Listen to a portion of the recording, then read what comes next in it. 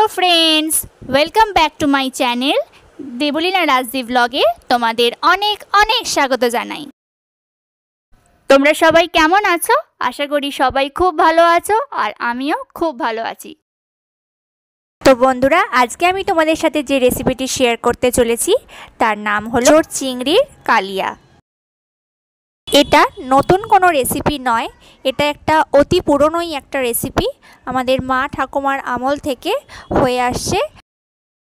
আমরা অনেকে এটাকে মজা করে গাছপাঠা বলে থাকি।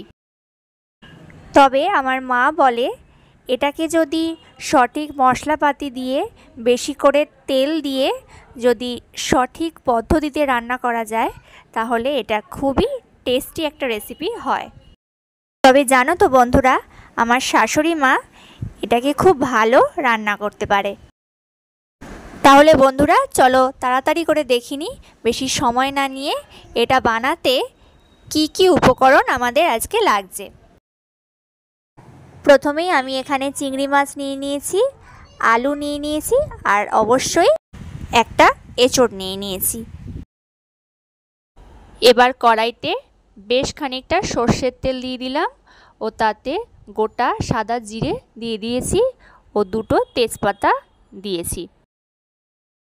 এবার ওই তেলের মধ্যে চিংড়ি মাছগুলো ভেজে নেব।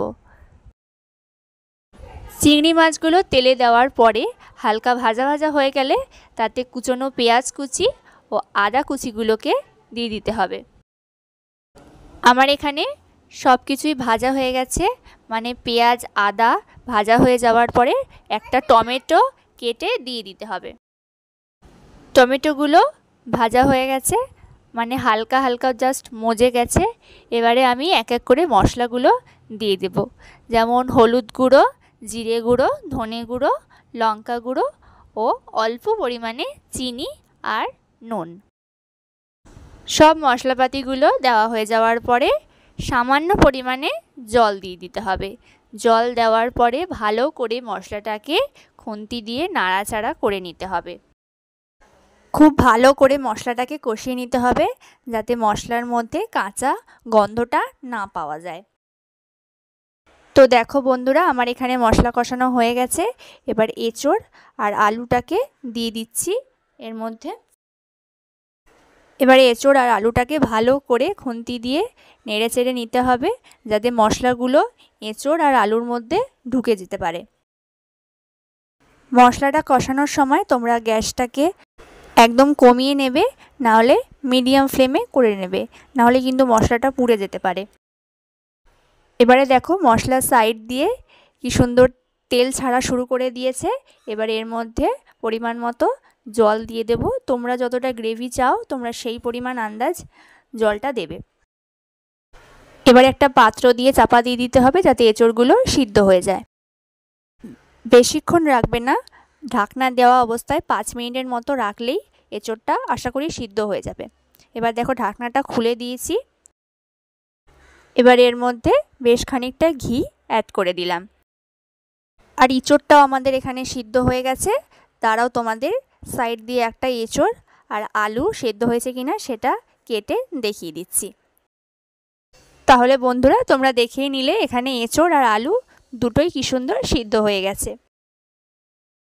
এখানে ঘিটা দিয়েছি কারণ ঘিটা দিলে পরে বেশ ভালো একটা গন্ধ বেরোবে রান্নাটা থেকে। আর নিরামিষ যে কোনো রান্নায়, নিরামিষ বলো আমিষ বলো, লাস্টে যদি একটুখানি ঘি দিয়ে দাও তাহলে খুবই ভালো লাগে খেতে। তাহলে বন্ধুরা আজকে আমাদের রেসিপি চিংড়ি এঁচোড়ের ডালনা একেবারে রেডি।